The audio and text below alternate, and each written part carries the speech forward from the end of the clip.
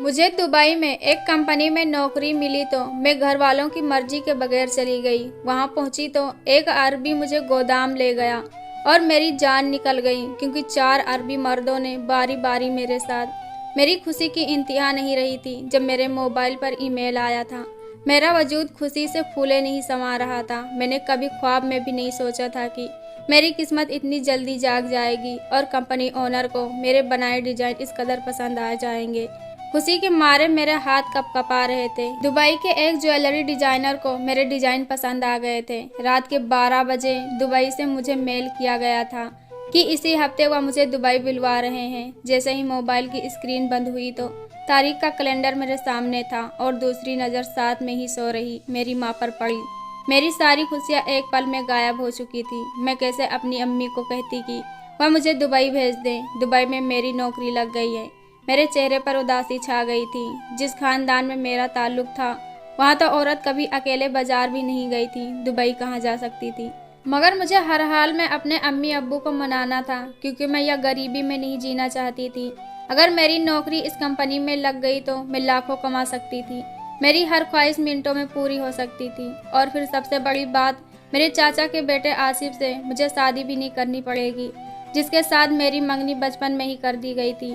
अगली सुबह अम्मी ने मुझे डांट कर जगाया। मैं तुरंत उठ बैठी और रात में सोचे गए प्लान पर अमल करते हुए कमरे से बाहर निकली। मेरा ध्यान अपने अब्बू के कमरे की तरफ था। जब दरवाजा खोलकर कमरे के अंदर दाखिल हुई तो हमेशा की तरह यह मंजर चुगली कर रहा था कि मेरा बाप एक बार फिर नशा करके सोया है। मेरे बाप की आधी तनख्वाह तो उनके नशे में उड़ जाया करती थी। इसी वजह से कल रात अम्मी अब्बू की लड़ाई हो गई और उन्होंने अम्मी को थप्पड़ मारकर कमरे से निकाल दिया था। मेरे अब्बू के जैसे सख्त और सख्ती मिजाज मर्द से बात करके कोई फायदा नहीं था। हालांकि उन्होंने मेरी हर ख्वाहिश पूरी की थी, मगर इस मामले में वह मेरा साथ नहीं देने वाले थे। मैं उल्टे कदमों वापस लौट आई। सारा दिन हिम्मत करती रही और फिर अपनी माँ को एतमाद में लेकर उन्हें कल रात मिलने वाली खुशखबरी के बारे में बताया। मेरी बात सुनते ही अम्मी के चेहरे का रंग उड़ गया और वह बेयकीनी से मुझे देखने के बाद फौरन मना कर गई और मैं जिद पर अड़ गई और उन्हें भविष्य के ख्वाब सजाकर दिखाने लगी। लेकिन अम्मी तो अब्बू के गुस्से से ही डरती थी। भला कि मेरे खातिर अब्बू को मनाती। मुझे बार बार टिकट कंफर्म करने के बारे में ईमेल आ रहे थे। कहते हैं ना, ऊंचा उड़ने का ख्वाब मगर एक बार इंसान देख ले तो फिर कोई भी उसे जमीन पर नहीं ला सकता, जब तक हवा का सख्त दबाव उसे जमीन पर न पटक दे। मेरे साथ भी कुछ ऐसा ही हुआ था। अगले दिन मैं अम्मी के पैरों में गिरकर उन्हें मनाने की कोशिश कर रही थी कि तभी अब्बू गुस्से से आग बबूला होकर कमरे में दाखिल हो गए। तुम्हारी हिम्मत कैसे हुई रुखसार? तुमने सोच भी कैसे लिया कि तुम दूसरे देश जाओगी? अरे मैं तो तुम लोगों को तुम्हारे रिश्तेदार में नहीं जाने देता और तुम दुबई जाने की बात कर रही हो। अब्बू गुस्से में मेरा हाथ पकड़कर मुझे थप्पड़ मार चुके थे। वह कहने लगी कि जमाना कितना खराब हो चुका है। क्या तुम नहीं जानती, एक लड़की की इज्जत उसके घर में भी महफूज नहीं और तुम इतने दूर जाने का सोच रही हो।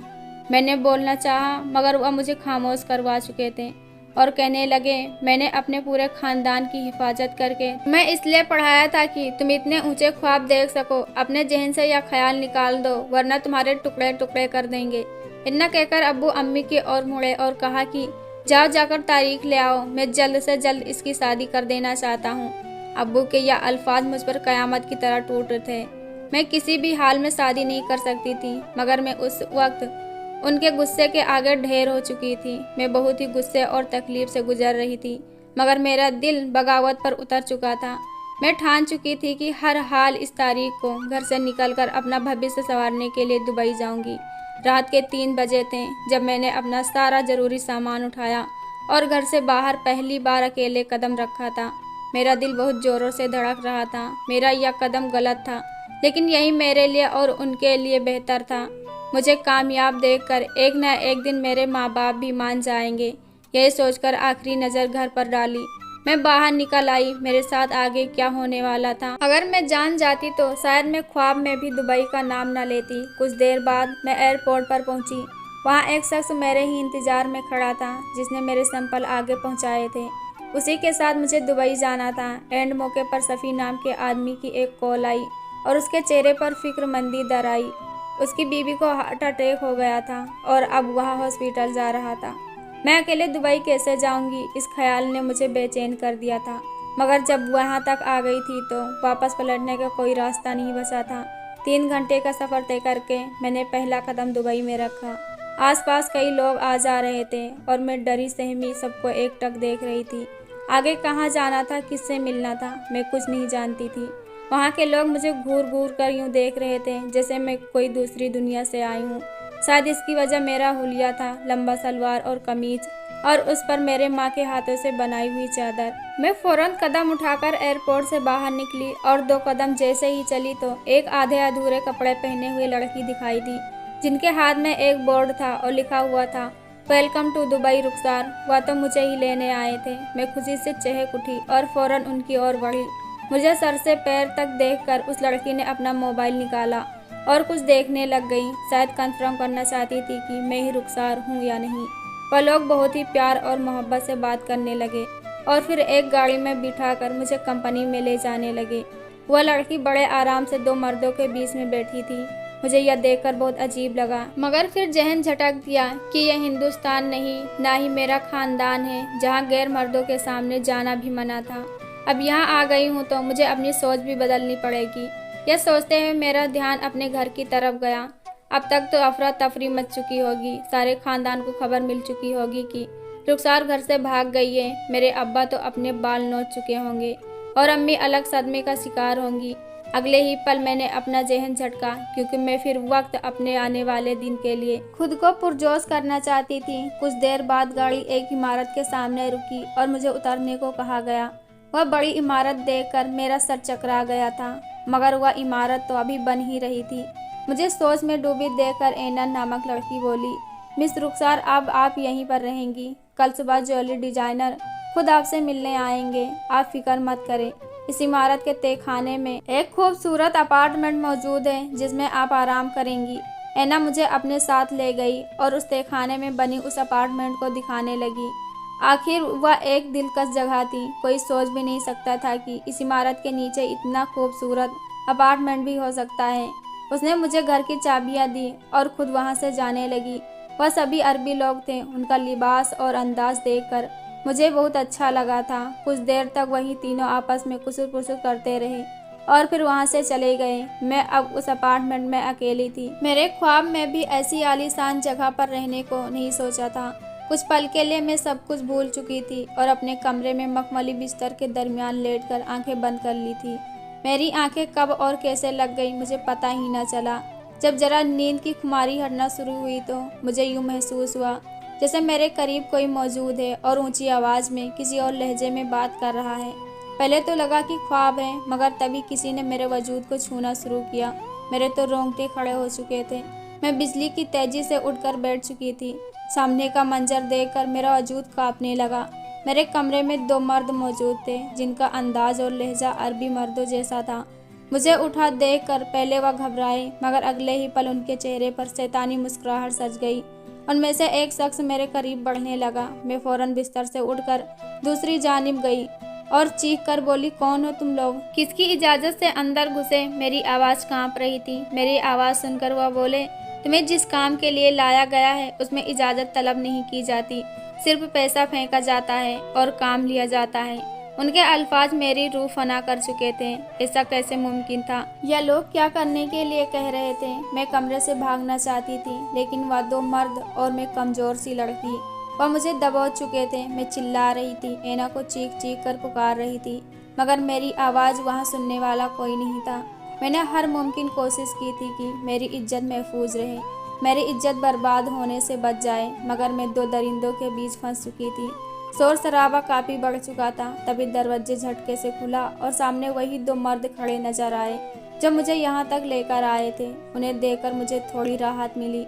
मेरे कपड़े जगह जगह से फट चुके थे। मैं रोते हुए उन दोनों के ओर गई और कदमों में गिरकर हाथ जोड़कर मदद की भीख मांगने लगी। तभी उनमें से एक शख्स आगे बढ़ा और देखते ही देखते मुझे बालों से पकड़कर ऊपर उठाने लगा। मेरी जो उम्मीद थी वही दम तोड़ चुकी थी। उसने बालों से पकड़कर मुझे फर्श पर पटका था। वह रात मेरी जिंदगी की सबसे बदतरीन रात थी। मेरी आंख खुली तो मैं वही बिस्तर पर बेहोशी की हालत में पड़ी थी। पूरा जिस्म जख्मों से चूर था। एक बार फिर आंसू मेरी आंखों से गिर रहे थे। सारी रात मैं उन चारों की हवस का निशाना बनती रही। बड़ी मुश्किल से हिम्मत करके मैं उठ बैठी और एक नज़र अपने वजूद पर डाली। अपने वजूद से मुझे घिन आ रही थी और अब मुझे अपने अब्बू की बातें याद आ रही थी, अपने अम्मी के अल्फाज और अपना खानदान। हाँ, मैं हिंदुस्तान की बेटी थी और उस खानदान से ताल्लुक़ था जहाँ बेटियों को कीमती मोती की तरह 7 पर्दों में छिपाकर परवान चढ़ाया जाता है। मगर मैंने ऊंचा उड़ने की चाह में खुद को बर्बाद कर दिया था। मेरी इज्जत तार तार हो चुकी थी। मुझे तो यहाँ लाया ही धोखे से गया था। मैं फूट फूट कर रोने लगी, जैसे कोई माँ अपने जवान बेटे की मैयत पर रोती हो। मुझे मेरे माँ बाप याद आए थे। मैं चीख चीख कर अपने अब्बू को आवाज़ें दे रही थी, मगर कौन सुनता, कौन आता। मैं तो खुद उन्हें रौंद कर यहाँ तक पहुँची थी। मेरी आवाज़ सुनकर ऐना कमरे में आई। वह बेहद बेहुदा लिबास पहने हुए थी। मुझे देखकर हंसी और कहने लगी, उम्मीद है कल की रात तुम्हारे लिए यादगार साबित होगी। अब इसकी आदत डाल लो, क्योंकि तुम्हारी हर रात यूं ही गुजरने वाली है। यकीन मानो लाखों में कमाओगी। वह मेरा गाल थपथपा कर जा चुकी थी और मैं बुद्ध बनी उसे देखती रह गई। मैं यहाँ हलाल की रोजी कमाने आई थी, मगर उन लोगों ने झांसा देकर मुझे फंसा लिया था। मुझे किसी तरह वापस हिंदुस्तान जाना था। जो हुआ सो हुआ, मगर अब मैं इन दरिंदों का खिलौना नहीं बनना चाहती थी। मैंने खुद को वहाँ से निकालने को सोचा, तभी एक शख्स कमरे में दाखिल हुआ। उसके हाथ में 2-3 कैमरे थे। मैं हैरानी से उसे देखने लगी। उसने अब वह कैमरे लगाना कमरे में शुरू कर दिए थे। मैं उसे मना करने लगी तो एक झटके में वह मुझे धक्का देकर उसने अपना काम जारी रखा। मेरा दिल धड़क रहा था, न जाने वह क्या करने वाले थे।